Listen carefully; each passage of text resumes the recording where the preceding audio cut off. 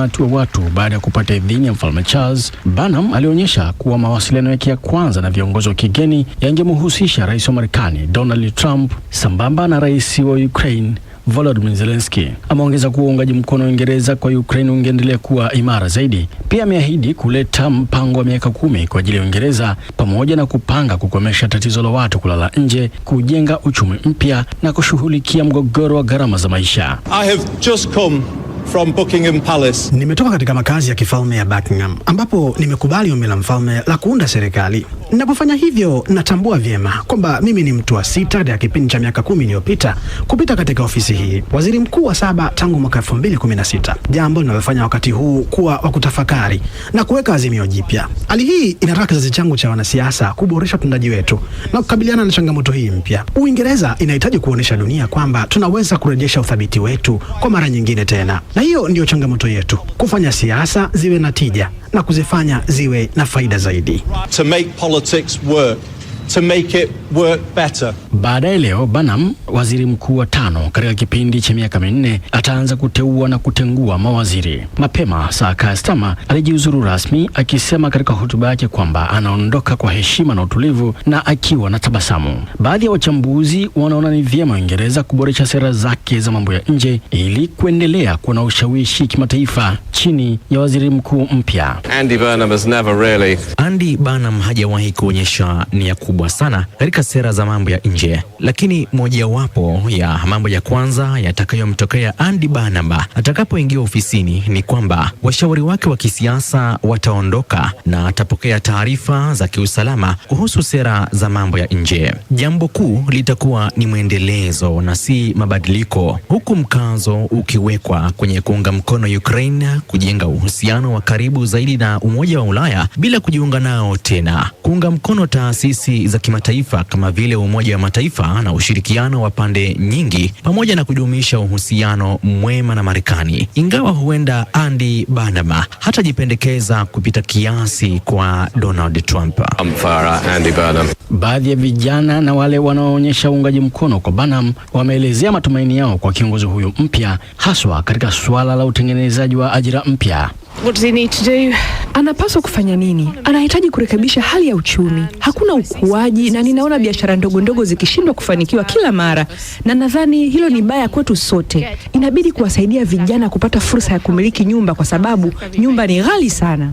For us NHS workers, I would say. Ninasema kunahitajika fedha zaidi kwa ajili ya NHS.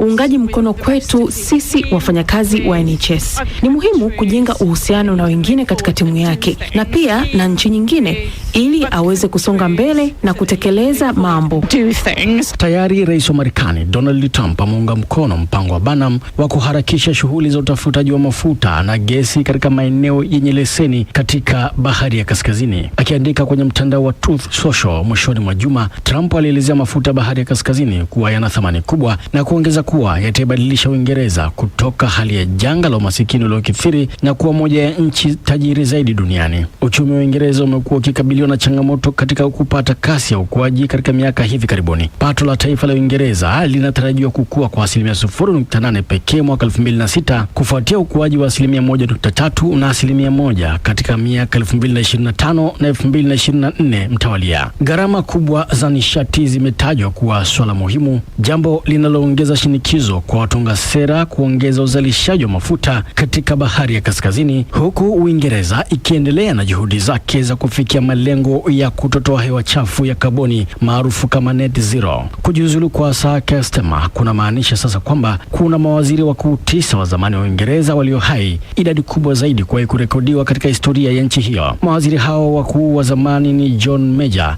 Tony Blair, Gordon Brown, David Cameron, Theresa May, Boris Johnson, Liz Truss, Rishi Sunak na Keir Starmer. John Major mwenye umri wa miaka 83 ndiye mzee zaidi miongoni mwao, huku Rishi Sunak akiwa ndio mwenye umri mdogo zaidi wa miaka 46. David Nkya, Dira ya Dunia, BBC. Lakini najua unajiuliza kiongozi huyo mpya wa Uingereza amepokelewaje na raia na wanasiasa wenzake. Awali nimezungumza na mchambuzi wa siasa na sera za umma wa Uingereza Abdulaziz Jad. Kwa kiasi kikubwa wanasiasa wenzake hususan ndani ya chama cha Labour wamepokea kwa matumaini makubwa, kwa sababu amekuja na matumaini mapya ya kuunganisha chama, na sera zake mpya zinaonyesha kwamba zinasikilizwa na zina matumaini pia na wananchi wa kawaida, hususan katika kuleta huduma na kupeleka huduma za jamii kwa wananchi kwa ujumla. Kwa hiyo amepokelewa kwa matumaini makubwa na hisia chanya kwa ujumla. Naam, katika hotuba yake ya kwanza kama waziri mkuu Bwana Burnham amesema kwamba Uingereza inapaswa kuonyesha ulimwengu kuwa ina uwezo wa kuwa thabiti, lakini pia ameahidi kushughulikia tatizo la gharama za juu za maisha. Hizi ahadi si mpya katika uongozi wa chama cha Labour. Anapanga kufanya kipi tofauti na mtangulizi wake? Ni kweli kabisa, ahadi sio mpya, lakini vipaumbele ndio vipya. Vipaumbele vyake katika kuhudumia huduma za kijamii na kufufua uchumi, amekuja na sera mpya ambayo kwamba anakuja na ugatuzi, yani kupeleka mamlaka au madaraka mikoani, ambapo walizungumza kwamba huko nyuma vipaumbele vilikuwa ni serikali kuongoza uchumi vikiwa katika makao makuu, lakini sasa anataka kupeleka mamlaka na maamuzi mikoani ili waweze kujiamulia wao wenyewe na kutafakari nini kinachotakiwa pale katika mkoa husika. Na kwa hiyo mamlaka yakienda mikoani, anategemea kwamba utakuwa kuna ushirikiano na sekta binafsi na kufufua uchumi na kufufua viwanda na hali kadhalika, na mwishowe huduma za kijamii zitaweza kuwafikia haraka zaidi na vizuri zaidi wananchi. Kwa hiyo kipaumbele chake kikubwa sana ni hiyo, kupeleka madaraka mikoani, lakini akihakikisha kwamba yale yaliyobaki yatahudumiwa vizuri na serikali kuu, wakati masuala mengi yatapelekwa katika madaraka mikoani. Lakini tangu mwanzo wa mchakato wa kumpata waziri mkuu mpya atakayechukua mikoba ya Bwana Starmer, jina la Burnham limekuwa miongoni mwa majina matatu makuu. Ana sifa zipi hizi zinazomfanya kwamba watu wana imani kubwa sana naye kuwa ataleta afueni kisiasa na kiuchumi Uingereza? Kwa kiasi kubwa ni mwanasiasa mwandamizi. Wengi hawafahamu kwamba miaka 16 nyuma alifanya jaribio la kwanza kuwa kiongozi wa Labour ili awe waziri mkuu, akawa ni mtu wa pili akashindwa. Halafu baadaye akawa waziri mwandamizi katika serikali tofauti za Labour huko nyuma, na baadaye akaamua kujiuzulu mwenyewe ubunge kwenda kugombea umea wa Greater Manchester, na huko ndio alipoonyesha umahiri wake mkubwa zaidi katika masuala ya uchumi, na hususan katika mazungumzo na kueleweka na mwananchi wa kawaida. Kwa hiyo wananchi wengi na wanasiasa wengi wanasema kwamba ni mtu ambaye kauli mbiu zake zinaeleweka na anaheshimika sana, ana utashi mkubwa, ana haiba kubwa sana. Kwa hiyo ni mwanasiasa ambaye anajulikana ndani ya duru za kisiasa, ingawa wananchi wa kawaida walikuwa hawamjui, lakini wanaonyesha wazi kabisa kwamba analeta matumaini makubwa. Baadaye leo uteuzi wa mawaziri utafanyika. Unatarajiwa pengine kuwa na sura gani? Hakika kutakuwa kuna sura mchanganyiko, kwa sababu jambo la kwanza atataka kuhakikisha kwamba sera zake zinatekelezeka, na kwa hiyo atataka watu wa kaskazini kule alipotokea kama meya, wasaidizi wake, wabunge wa eneo lile ambao walimsaidia mpaka akaja kwa waziri mkuu, ndani yake kuna sura mpya ambazo zinaelekea kuwa zitakuwepo. Lakini wakati huo kuna sura za kawaida, ili kuunganisha mshikamano na kutokuleta mpasuko ndani ya chama. Anategemewa kwamba kuna sura ambazo zitaendelea kuwepo. Watu kama Shabana Mahmud, waziri wa mambo ya ndani, sasa hivi anategemewa aidha baki pale au awe waziri wa fedha. Lakini wakati huo kina David Miliband ambaye ni waziri wa nishati anategemewa vile vile anaweza akarudi. Tutarajie kutulia kwa joto la kisiasa sasa baada ya hapa, au ndo mwanzo mkoko unaalika maua? Mivutano ndani ya Labour imekuwa mikali mno, lakini pia kumekuwa na mikwaruzano na upinzani Conservative. Kwa kiasi kikubwa ndani ya Labour tunategemea kwamba kutakuwa kuna utulivu, kwa sababu umeletwa ile uhai mpya kuonyesha kwamba kiongozi mpya ataweza kuwapeleka mpaka kipindi cha miaka miwili inayokuja 2029 kutopokuwa kuna uchaguzi mkuu. Walikuwa wana wasiwasi mkubwa kwamba Keir Starmer akiendelea anaweza akawapeleka kuanguka kule mbele. Kwa hiyo ndani ya chama kuna ahueni kubwa na kutakuwa kuna utulivu wa namna fulani, lakini nje ya chama changamoto ndo ipo kubwa, kwa sababu vyama vya upinzani kama vya Reform UK cha Nigel Farage bado ni tishio kwa vyama vyote cha Labour pamoja na cha Conservative. Naam, ni mchambuzi Abdulaziz Jad huyo msikilizaji. Lakini taarifa za hivi punde zinaarifu kwamba waziri mkuu huyo mpya Andy Burnham tayari ameanza kufanya mabadiliko ya baraza la mawaziri. Liz Kendall ambaye amekuwa ni waziri wa sayansi na teknolojia, David Lammy aliyekuwa naibu waziri mkuu, Steve Reed waziri wa makazi na Peter Kyle waziri wa biashara, lakini vile vile pia waziri wa fedha Rachel Reeves wamebanduliwa kutoka baraza la mawaziri la bwana Andy Burnham ambaye saizi anajizatiti kutaka kuunda baraza jingine jipya la mawaziri. Lakini vile vile pia mwanasheria mkuu Lord Richard Hammer ameondolewa kutoka kwa orodha ya viongozi ambao bwana Andy Burnham anataka kufanya nao kazi kwa kwenda mbele. Na turejea Afrika ambapo mapigano makali mapya yanaendelea katika mkoa wa Kivu Kusini Mashariki mwa Jamhuri ya Kidemokrasia ya Kongo. Vurugu hizo zinazohusisha jeshi la Kongo FARDC, kundi la waasi la M23 AFC linalodaiwa kuungwa mkono na Rwanda, pamoja na makundi mbalimbali ya wanamgambo wa eneo hilo wanaojulikana kama Wazalendo. Mapigano yameongezeka katika maeneo kadhaa ya Kivu Kusini. Awali nimezungumza na De La Chance Mtima kutoka DRC. Kwa sasa hali ni ile ile ya tangu wakati mrefu ya wasiwasi, hususan kusini mwa jimbo la Kivu Kusini, ambapo kila mara kuna ripotiwa mapigano katika baadhi ya vijiji vya wilaya za Fizi, Uvira na Mwenga, ambapo kuna ripotiwa mapigano ya kila mara kati ya jeshi la Jamhuri ya Kidemokrasia ya Kongo ambalo linasaidiwa na makundi ya Wazalendo na jeshi la Burundi. Lakini pia upande mwingine kuna muungano wa makundi ya Tuganeho ambao wanaungana na AFC M23, ikiwa imedaiwa tangu zamani wanasaidiwa na jeshi la Rwanda.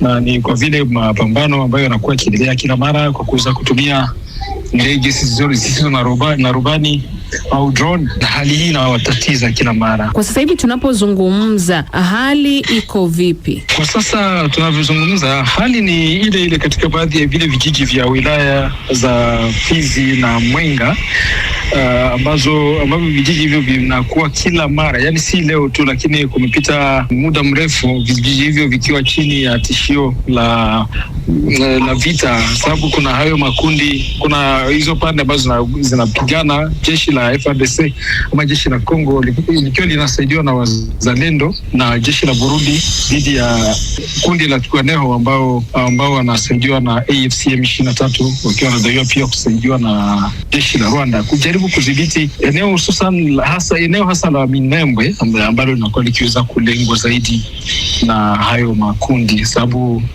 tangu mwaka jana kumepita mwaka mmoja tangu eneo hilo la Minembwe lilikuwa linadhibitiwa na Twirwaneho wanaunga mkono AFC M23. Sasa jeshi la Jamhuri ya Kidemokrasia ya Kongo linajaribu kwa njia zote kujaribu kuweza kuteka eneo hilo la Minembwe, jambo ambalo si rahisi kabisa, sababu AFC M23 na Twirwaneho wanakuwa wakiweza kudhibiti eneo hilo la Minembwe, na wameapa ya kwamba itakuwa vigumu kabisa kwa jeshi la Kongo kuweza kulirejelea tena pia kwa kuweza kulidhibiti.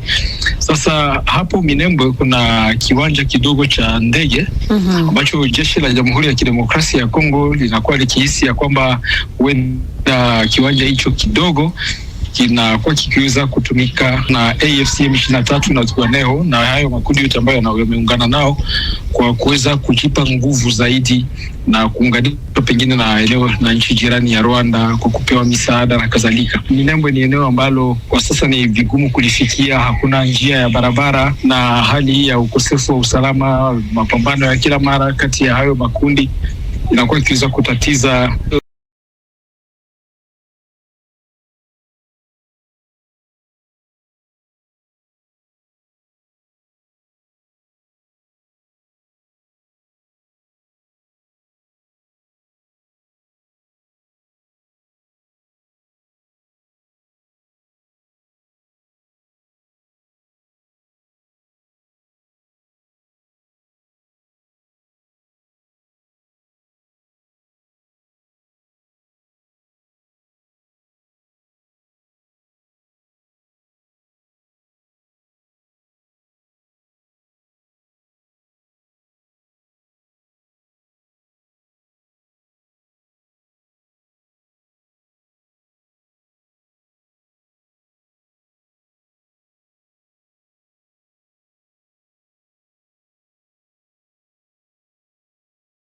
msingi na yanayolenga kuwadhoofisha kisiasa. Vikwazo vipya vya Marekani dhidi ya serikali ya Sudan ambavyo vimeanza kutekelezwa leo vinaizuia Sudan kupokea fedha kutoka Marekani na pia kuuza bidhaa zake nchini Marekani. Vilevile vinazuia mashirika ya ndege yanayomilikiwa na Sudan kutumia anga la Marekani. Mwaka uliopita mashirika ya habari ikiwemo lile la The New York Times na France 24 yaliripoti kwamba jeshi la Sudan lilitumia silaha za kemikali angalau mara 2 wakati wa vita.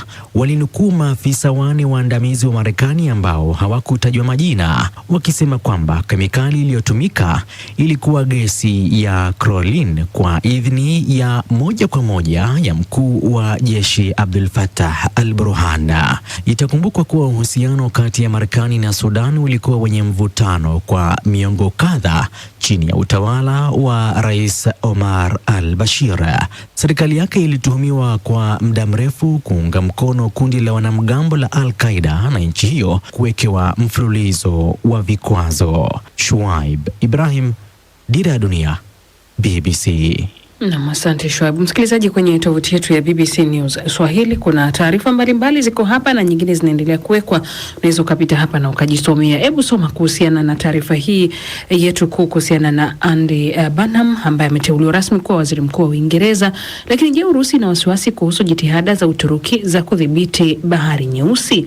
Makala hiyo pia imekuwa hapo saa 5 tu zilizopita.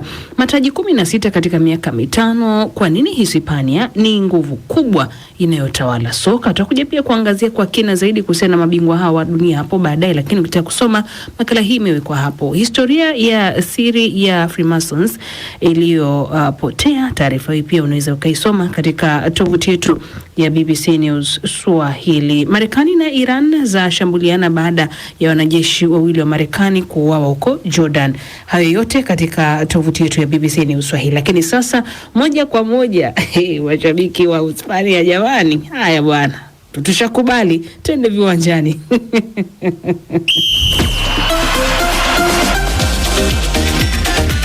Barabara kabisa. Kylian Mbappe amekuwa mchezaji wa kwanza kushinda kiatu cha dhahabu cha kombe la dunia mara 2 baada ya kujinyakulia tuzo hiyo ya mfungaji bora katika michuano ya mwaka huu. Niko naye Bosha Nyanje Junior. Karibu Bosha. Naam, asante sana Yves Bucha. Na mshambuliaji huyo wa Ufaransa alifunga bao 10 katika mechi 8 na kumshinda Lionel Messi katika kinyang'anyiro cha ushindani mkali. Baada ya kufunga mabao 8 na kuibuka mfungaji bora nchini Qatar mwaka 2022, Kylian Mbappe ameshinda kiatu cha dhahabu katika makombe ya dunia 2 mfululizo. Mchezaji huyo mwenye umri wa miaka 27 alikuwa mwanaume wa kwanza kufikisha mabao yasiyopungua 10 katika kombe la dunia tangu Gerd Müller alipoifanyia hivyo Ujerumani Magharibi mnamo mwaka 1970. Ni Jas Fontaine pekee aliyefunga bao 13 akichezea Ufaransa mnamo mwaka 1958 na Sabol Kiski wa Hungary aliyefunga mabao 11 mnamo mwaka 1954. Kylian Mbappe sasa ndiye mfungaji bora muda wote wa kombe la dunia kwa wanaume akiwa na mabao 22, bao 1 mbele ya Lionel Messi. Mabingwa wapya wa dunia Hispania walizoa tuzo zilizosalia ikiwa ni pamoja na nahodha Rodri kushinda mpira wa dhahabu kama mchezaji bora wa mashindano hayo. Mbappe alimwacha mbali Messi siku ya Jumamosi kwa kufunga mabao 2 katika mechi ya kusaka mshindi wa 3, ingawa hakuweza kuzuia Ufaransa kukubali kichapo cha mabao 6 kwa Mane dhidi ya England. Jude Bellingham wa England na Erling Haaland wa Norway walifunga mabao 7, huku mshambuliaji wa Ufaransa Ousmane Dembele na nahodha wa England Harry Kane wakifuata katika orodha hiyo wakiwa na mabao 6. Naam, wakati huo huo kocha wa Argentina Lionel Scaloni aliondoka kwenye mkutano wake na waandishi wa habari baada ya mechi akitokwa na machozi alipokuwa akizungumzia mustakabali wake kufuatia kichapo cha Jumapili kwenye fainali ya kombe la dunia dhidi ya Uhispania. Kocha huyo mwenye umri wa miaka 48 alijaribu kuwa kocha wa pili katika historia kuhifadhi ubingwa huo baada ya kuiongoza Argentina mwaka 2022 huko nchini Qatar, lakini mabingwa wa Ulaya Uhispania walionekana kuwa imara bora zaidi, huku bao la Ferran Torres katika muda wa nyongeza likiipa timu hiyo ya Ruiz de la Fuentes ushindi wa bao 1-0 na kuongeza taji jingine juu ya lile la Ulaya. Mkataba wa Scaloni unamalizika mwezi Desemba na alishindwa kuzuia hisia zake alipoulizwa kuhusu mustakabali wake. Naam, katika habari nyingine zilizojiri katika kombe la dunia, jezi iliyovaliwa na Pele wakati wa fainali ya kombe la dunia mwaka 1958 imeuzwa kwa dola milioni 4.9 katika mnada mjini New York. Naam, hii ni jezi ya pili ya soka ya thamani kubwa zaidi duniani kuwahi kuuzwa, ikiwa nyuma ya jezi ya Argentina aliyovaa Diego Maradona alipofunga bao la mkono wa Mungu dhidi ya England katika kombe la dunia la mwaka 1986, ambapo iliuzwa kwa paundi milioni 7.1 mnamo mwaka 2022. Baada ya kupokea zabuni 10 kutoka kwa wazabuni zaidi ya 5, jezi hiyo ya Pele ya fainali ya mwaka 1958 ndiyo kumbukumbu yake ya thamani kubwa zaidi kuwahi kuuzwa katika mnada. Jezi hii iliwahi kuuzwa mwaka 2004 kwa paundi 70,505. Pele alifunga mabao mawili dhidi ya Uswidi akiwa na umri wa miaka 17 katika fainali hiyo ya kombe la dunia ya mwaka 1958 na kutoa taji lake la kwanza kati ya makombe yake matatu ya dunia. Pele bado anashikilia rekodi ya kuwa mchezaji mdogo zaidi kuwahi kufunga bao katika fainali za kombe la dunia. Vitu vingine vilivyouzwa katika mnada huo ni pamoja na kitambaa cha unahodha alichovaa Maradona wakati wa kombe la dunia la mwaka 86 ambapo alifunga bao lililoitwa mkono wa Mungu dhidi ya England ambacho kiliuzwa kwa paundi 380,000. Jezi iliyovaliwa na Lionel Messi wakati wa ushindi wa kihistoria wa Barcelona wa mabao 6-1 dhidi ya Paris Saint-Germain katika hatua ya 16 ligi ya mabingwa mwaka 2017 iliuzwa kwa paundi 161,000, huku jezi ya David Beckham aliyovaa kwenye mchezo wake wa 50 akichezea England katika kombe la dunia la mwaka 2002 ikiuzwa kwa paundi 37,996. Mwisho wa makala yetu ya spoti. Ni kushukuru sana Bosha. Mimi jina langu ni Ive Buchana.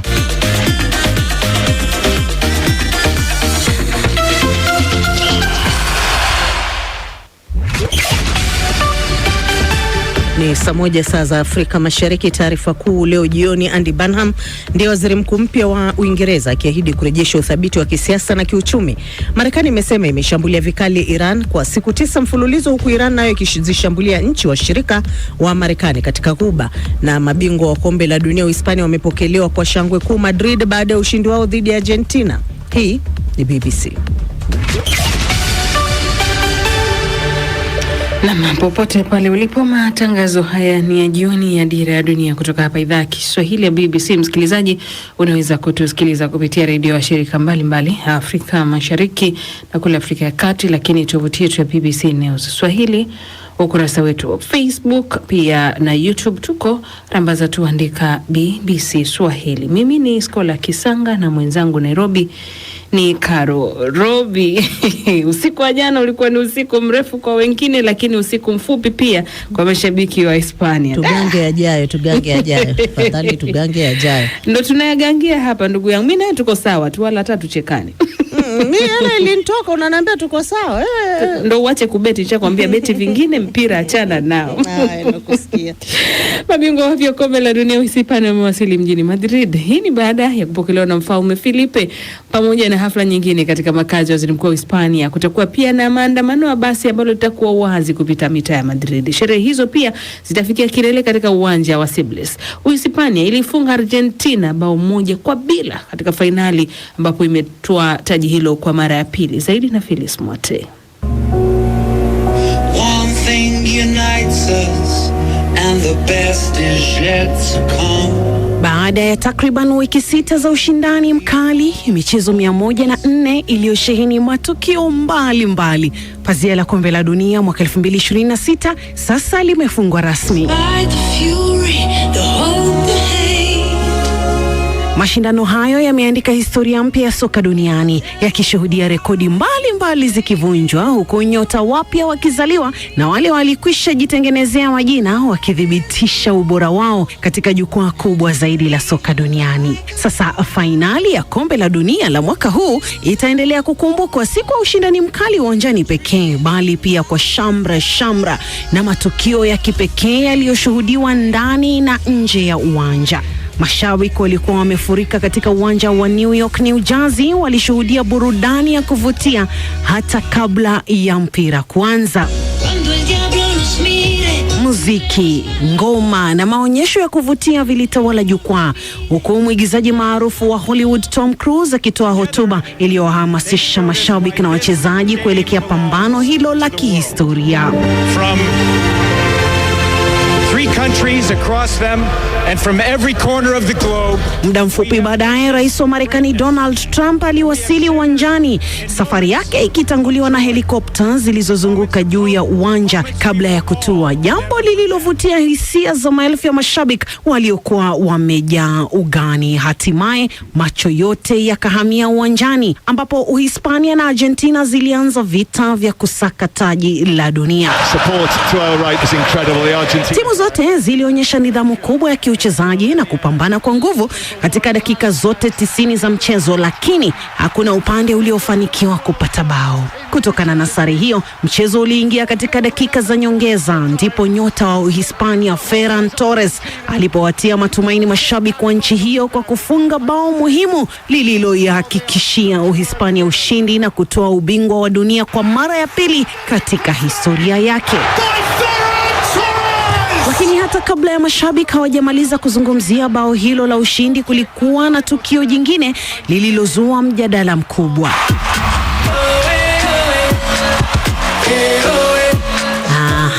Sasa kwa mara ya kwanza katika historia ya kombe la dunia, kipindi cha mapumziko kiligeuzwa kuwa tamasha maalum la muziki. Ilidumu kwa dakika 27. Wasanii maarufu duniani akiwemo Madonna, BTS, Coldplay, Shakira na Justin Bieber wakatoa burudani iliyofanana na ile ya mchezo wa Super Bowl nchini Marekani. Na ingawa baadhi ya mashabiki walifurahia tamasha hilo, wengine waliona mapumziko hayo yalikuwa marefu kupita kawaida na yakapunguza kasi ya mchezo.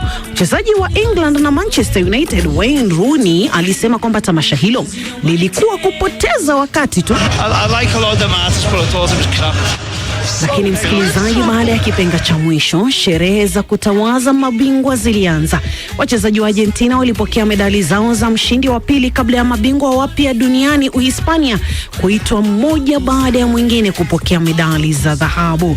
Rais wa shirikisho la soka duniani FIFA Gianni Infantino akishirikiana na Rais wa Marekani Donald Trump walikabidhi medali kwa wachezaji wa timu zote mbili kabla ya kuwasilisha kombe la dunia kwa nahodha wa Uhispania. And now Rodri turns and he holds the World Cup trophy. He kisses it again, and Spain have done it in North America. World champions. Nahodha huyo alipoinua kombe juu, nderemo na vifijo vilitawala uwanja mzima, huku fataki zikilipamba anga kuashiria kuzaliwa kwa mabingwa wapya wa dunia. And what good world champions they have been. Hata hivyo, hiyo haikukosa mjadala. Baadhi ya mashabiki walisikika wakizomea wakati Rais Donald Trump na Gianni Infantino walipoingia uwanjani kwa ajili ya utoaji wa medali, huku beki wa Argentina Cristiano Romero akionekana kupita bila kumsalimia Rais Trump alipokuwa akipokea medali yake. Baadaye Rais Trump alisifu fainali hiyo na kupongeza Uhispania. Timu zote mbili zilicheza vizuri. Kwa maoni yangu, Uhispania ndio iliyocheza vyema zaidi. Hata hivyo, zote zilionyesha kiwango kizuri. Kufikia fainali pekee ni mafanikio makubwa, na mechi yenyewe ilikuwa ya kusisimua sana. Ingawa ilionekana kana kwamba Uhispania ilitawala mchezo, ushindani ulikuwa mkubwa na matokeo yalibakia kuwa ya karibu. Kwa ujumla ulikuwa mchezo mzuri na lilikuwa tukio la kipekee. Sasa msikilizaji, kwa ujumla fainali ya kombe la dunia mwaka 2026 imeingia kwenye vitabu vya historia, si kwa sababu ya matokeo pekee, bali pia kutokana na burudani ya aina yake, matukio yaliyozua mjadala na vile ushindi wa Uhispania uliomalizika kwa kuinua kombe la dunia mbele ya mamilioni ya watazamaji duniani. Walishambulia kwa ufanisi mkubwa na walidhibiti umiliki wa mpira kwa muda mrefu wa mchezo. Tulijaribu kushambulia kwa kushtukiza, lakini wapi. Baadaye tukapoteza utulivu. Tulibaki na upungufu. Baada ya kupoteza mchezaji mmoja, tukajaribu kuifikisha mechi katika mikwaju ya penalti, lakini hatukufanikiwa. We're proud of the team. Tunajivunia timu kwa kufuzu hadi fainali, lakini kwa sasa tunahisi huzuni kubwa. Sote tunaishi Barcelona. Tunafurahi sana kwamba timu iliyostahili ndio imeshinda. Ndiyo, jambo la ajabu, inashangaza. Ulikuwa mchezo wa kusisimua sana. Kadi nyekundu ndio iliyoamua hatma ya mechi. Ilikuwa kusisimua kweli kwa hakika. Absolutely exhilarating. Truly. Phyllis Mwate, Dira ya Dunia, BBC.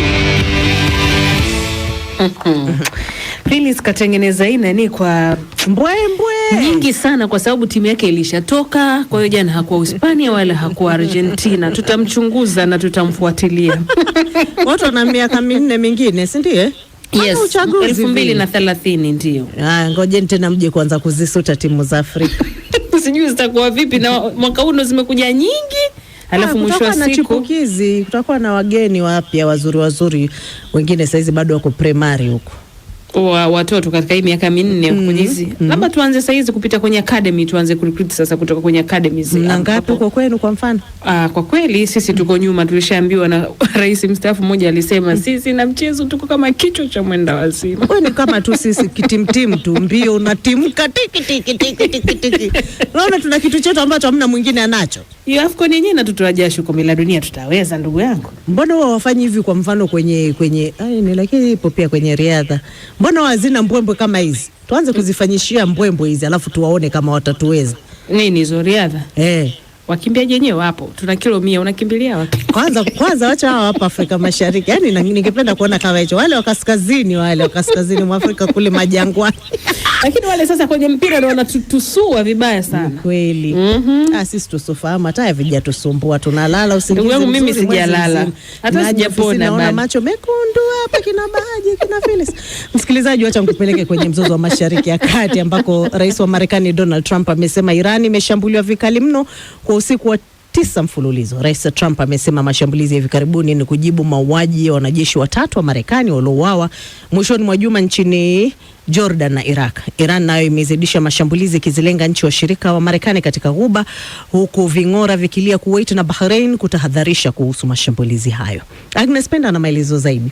Miji ya Washington na Tehran imeshiriki katika mashambulizi leo Jumatatu, huku vifo vikiongezeka na meli zaidi zikishambuliwa katika njia ya kimkakati ya Hormuz. Bei za mafuta zimepanda hadi kiwango cha juu katika kipindi cha mwezi mmoja, huku Marekani na Iran zikishindania udhibiti wa njia hiyo muhimu, ambapo bei ya mafuta ya Brent ilipanda zaidi ya dola 91 kwa pipa, kiwango cha juu tangu tarehe 11 Juni. Tangu kuanza kwa vita mnamo Februari 28, Iran imejibu kwa kuwalenga washirika wa Marekani na mali zake za kijeshi katika eneo lake na kuzuia njia hiyo ambayo kabla ya vita ilikuwa inapita 1% ya usambazaji wa mafuta duniani. Mkataba wa awali uliolenga kumaliza vita umeanguka wakati mahasimu wakipigania kutanzua mkwamo kuhusu njia ya mlango bahari wa Hormuz. Walinzi wa mapinduzi ya Iran wamesema leo Jumatatu kwamba meli 2 za mafuta zilizokuwa zikijaribu kupita katika njia hiyo zililipuka, na hii ni kwa mujibu wa taarifa iliyoripotiwa na shirika la habari la Tasnim. Shirika la uendeshaji wa biashara ya baharini la Uingereza limesema kwamba meli moja iliwaka moto katika njia hiyo, ikirejelewa taarifa kutoka kwa mamlaka za kijeshi. Sababu ya moto huo bado haijathibitishwa. Siku ya Jumamosi, waziri wa mambo ya nje wa Marekani Marco Rubio amezitaka nchi duniani kushirikiana na kulinda usafirishaji wa kimataifa na kuongeza kusema kwamba Marekani itafanya na itaendelea kufanya kile kinachohitajika kufanywa ili kulinda usafirishaji wa kimataifa, ingawa nchi nyingine zinahitaji kuanza kujitokeza na kutoa iwe ni vifaa au fedha kusaidia kubeba mzigo huo.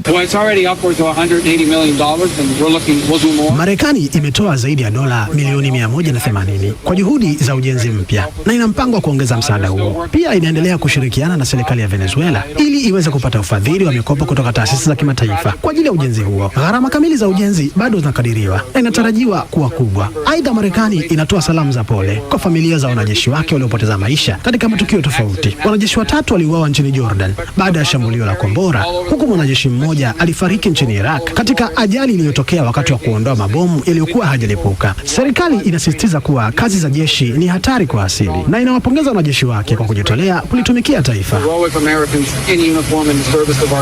Kwa upande mwingine, kamandi kuu ya Marekani CENTCOM imesema kwamba ilikamilisha usiku wa 9 mfululizo wa mashambulizi dhidi ya Iran. Marekani imesema mashambulizi yake mapya dhidi ya Iran yalilenga kupunguza uwezo wa Iran kushambulia meli za kibiashara na mabaharia katika mlango bahari wa Hormuz. Mashambulizi hayo yalifanyika baada ya wanajeshi 3 wa Marekani kuuawa na mmoja kutoweka katika mashambulizi ya Iran nchini Jordan na Iraq. Rais Donald Trump amesema mashambulizi hayo yaliipiga Iran kwa nguvu kama heshima kwa wanajeshi waliouawa. Tunasikitishwa sana na yaliyotokea. Hata hivyo, wale watu mashujaa na wazalendo walikuwa mstari wa mbele wakipigania kuhakikisha kwamba Iran haimiliki silaha za nyuklia. Kwa sasa Iran imepata uharibifu mkubwa sana. Kwa upande wa kijeshi, karibu imepoteza uwezo wake wote. Kilichobaki ni idadi ndogo tu ya makombora, ndege zisizo na rubani pamoja na uwezo mdogo wa uzalishaji wa vifaa vya kijeshi. Kwa sasa sisi tunadhibiti mlango bahari wa Hormuz, huku wao wakiwa hawana udhibiti wa eneo lolote. Tutaendelea kufuatilia maendeleo ya hali hiyo, lakini usiku wa leo tumefanya mashambulizi makubwa dhidi yao kwa mara nyingine.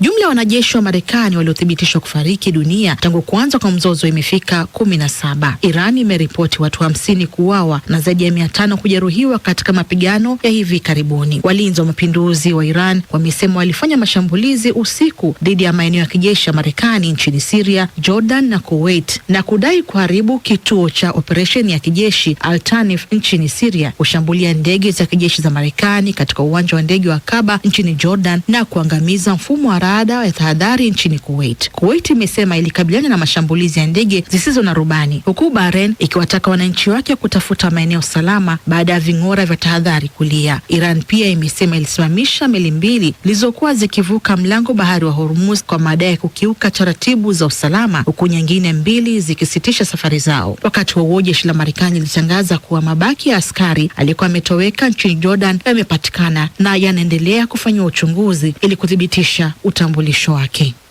Taarifa yake Agnes Penda. Maafisa wa afya huko Jamhuri ya Kidemokrasia ya Kongo wanasema idadi ya wagonjwa waliothibitishwa kuwa na Ebola imeongezeka na kufikia zaidi ya 2,300 huku watu 930 wakiripotiwa kufariki dunia. Wizara hiyo imesema timu ya kukabiliana na mlipuko huo unaongeza ufuatiliaji kuwatafuta watu waliotangamana na wagonjwa, huku ugonjwa huo ukiendelea kusambaa katika majimbo 5 mashariki mwa taifa hilo. Asha Juma na maelezo zaidi.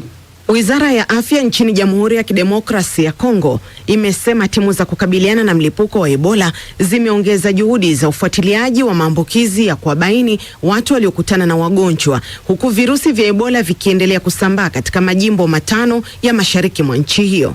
Zaidi ya wagonjwa 700 kwa sasa wanaendelea kupokea matibabu hospitalini au wamewekwa katika vituo vya kutengwa ili kuzuia maambukizi zaidi.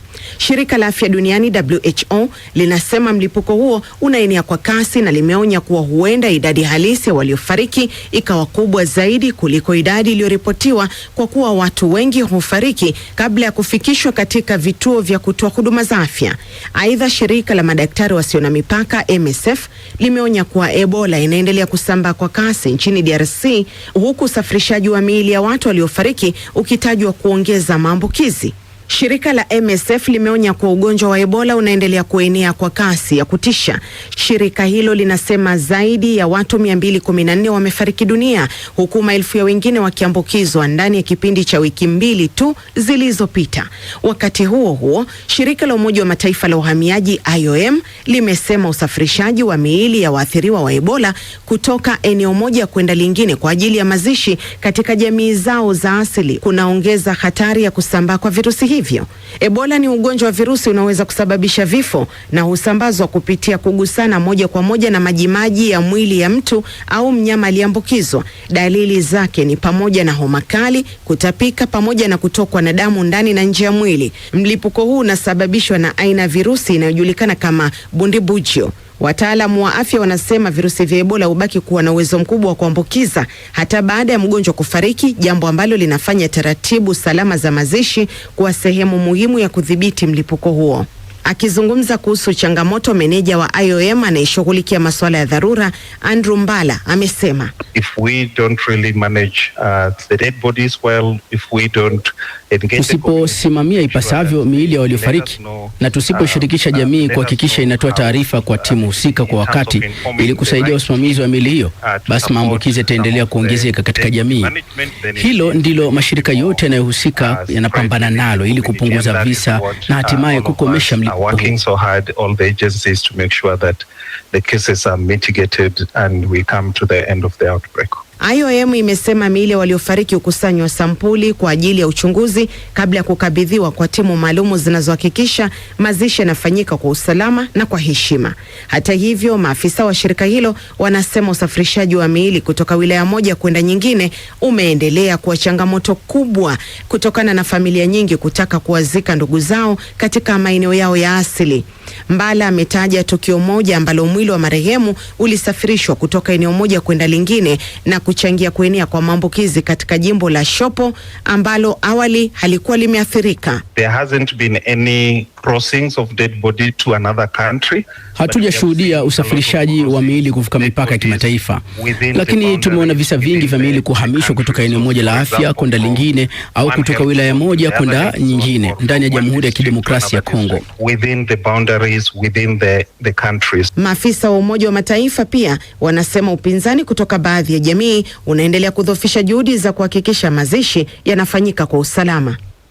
Asante sana Shajuma kwa taarifa hiyo inayonielekeza kwenye ukurasa wetu wa Facebook BBC News Swahili. Naona ujumbe wa Ali Mrangi Gigiri Mresa wa Dar es Salaam Tanzania, anasema waziri mkuu mpya wa Uingereza, tunakutakia kila laheri katika majukumu yako mapya. Lakini namuona pia Junusi Kivike akiwa kule Udekwa Iringa Tanzania akiwa nasi katika matangazo haya ya jioni. Vile vile Tobias Paulo Lucas wa Monduli Tanzania. Frank Shayo wa Arusha Sakina anasema hongera Uhispania kwa kutoa kombe la dunia. Dennis Anderson, asante kwa kuwa nasi katika matangazo haya, pamoja na Hamis Said anasema mwaka huu ulikuwa ni mwaka wa Hispania. Lakini Frank Shayo kwa mara nyingine anasema huu ugonjwa wa Ebola utokomezwe kabla ya kusambaa zaidi duniani.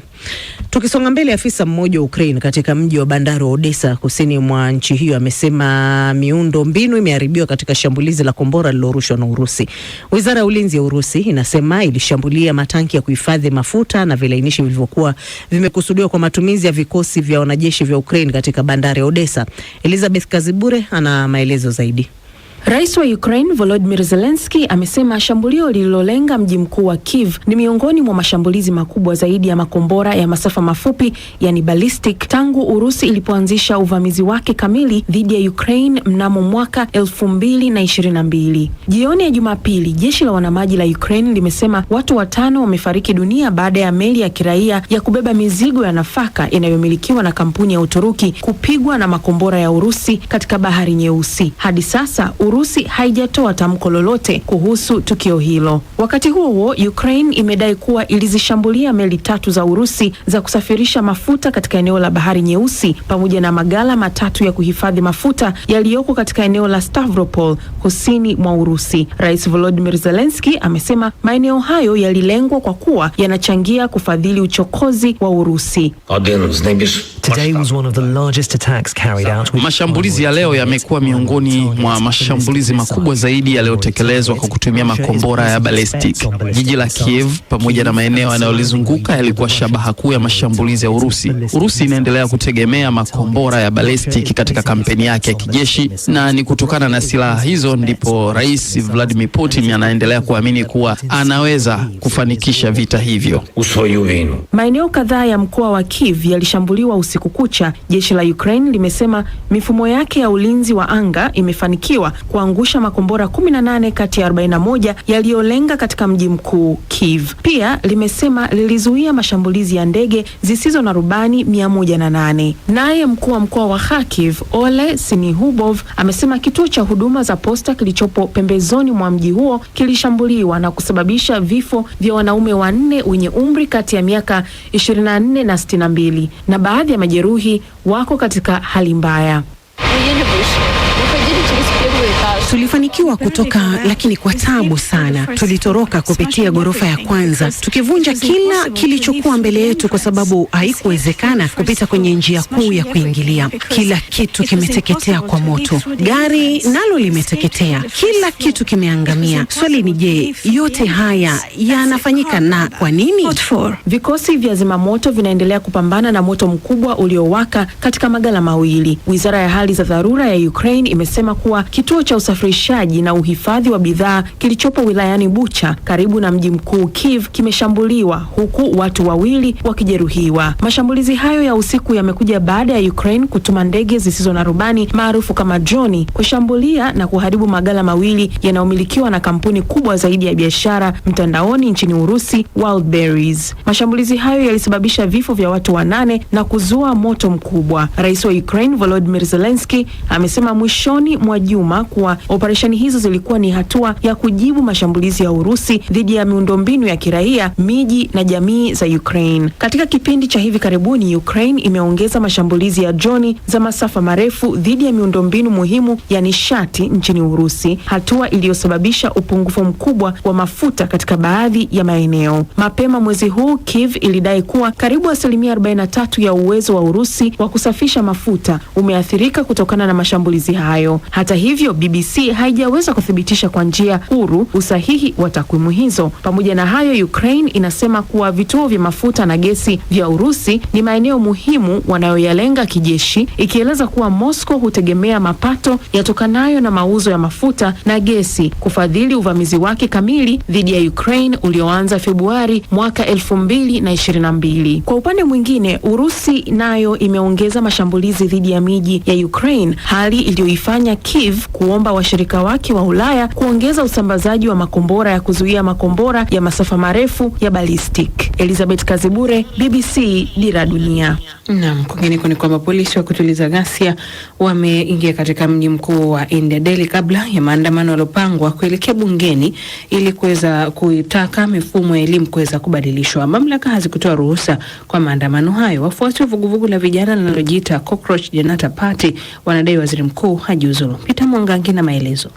It started as a joke and then it snowballed into something bigger. Kuna ulinzi mkali katika eneo la Jantar Mantar nchini India ambako wanachama wa chama cha CJP pamoja na wengine wamekuwa wakiandamana kwa karibu mwezi mmoja sasa. Mamia ya maafisa wa polisi na wanajeshi wamepelekwa kulinda eneo hilo. Polisi wa Delhi wamesema kuwa waandamanaji hawana kibali cha kufanya maandamano hayo, lakini msemaji wa CJP ameiambia BBC kwamba hawataacha kuandamana. Maandamano haya yalianza tu kama vuguvugu la mtandaoni na kugeuka kuwa moja ya maandamano ya vijana yanayoshika kasi zaidi nchini India. Licha ya jina lake Cockroach Janata Party, CJP si chama cha kisiasa. Kiliibuka baada ya jaji wa mahakama kuu ya India kuwafananisha baadhi ya vijana wasio na ajira na mende wakati wa usikilizaji wa kesi. Badala ya kulikataa jina hilo, vijana waliokatishwa tamaa na ongezeko la ukosefu wa ajira pamoja na madai ya kuwepo kwa dosari katika mitihani ya ushindani walilikumbatia jina hilo na kumgeuza mdudu huyo anayechukiwa kuwa ishara ya ustahimilivu. Vuguvugu hilo linaongozwa na Abhijit Dipke linataka kufanywa mageuzi makubwa katika mfumo wa elimu wa India, kuwa na uwajibikaji zaidi kuhusu madai ya kuvuja kwa mitihani na waziri wa elimu Dharmendra Pradhan ajiuzulu. Hata hivyo, waziri huyo amepuuza madai hayo ya waandamanaji akisema kuwa ni mbinu za watu wanaochochea vurugu. Mwanzilishi wa CJP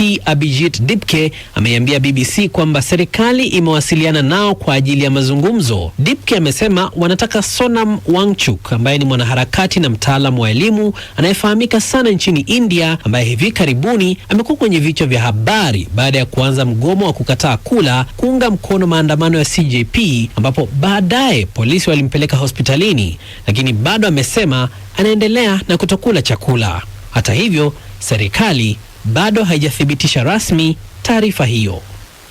Na leo Rais wa Tanzania Samia Suluhu Hassan amezindua meli 4 mpya za mizigo mkoani Kigoma kukagua maboresho ya bandari na kuweka jiwe la msingi la mradi wa SGR wa kilomita zaidi ya 500 kutoka Tabora hadi Kigoma. Mradi huo una umuhimu wa kimkakati kwa sababu unaunganisha bandari ya Dar es Salaam na Kigoma na kufungua njia ya haraka ya kibiashara kuelekea nchi jirani za Burundi na mashariki mwa Jamhuri ya Kidemokrasia ya Kongo. Elizabeth Kazibure na taarifa zaidi. Reli ya Tabora mpaka Kigoma ni miongoni mwa vipande muhimu vinavyokamilisha mtandao wa SGR nchini Tanzania. Mradi huo wenye thamani ya takriban shilingi trilioni 6.23 sawa na dola bilioni 2.4 za Kimarekani unalenga kuiunganisha Kigoma na mtandao wa reli ya kisasa kutoka Dar es Salaam, hivyo kurahisisha usafirishaji wa mizigo kutoka bandari ya Dar es Salaam kwenda ukanda wa maziwa makuu. Kwa mujibu wa serikali, reli hiyo itakapokamilika, safari ya abiria kutoka Dar es Salaam hadi Kigoma itachukua takriban saa 7 hadi 8 ikilinganishwa na takriban saa 40 zinazotumika kwa sasa kupitia reli ya kati ya kawaida. Aidha, usafirishaji wa mizigo kwenda mashariki mwa Jamhuri ya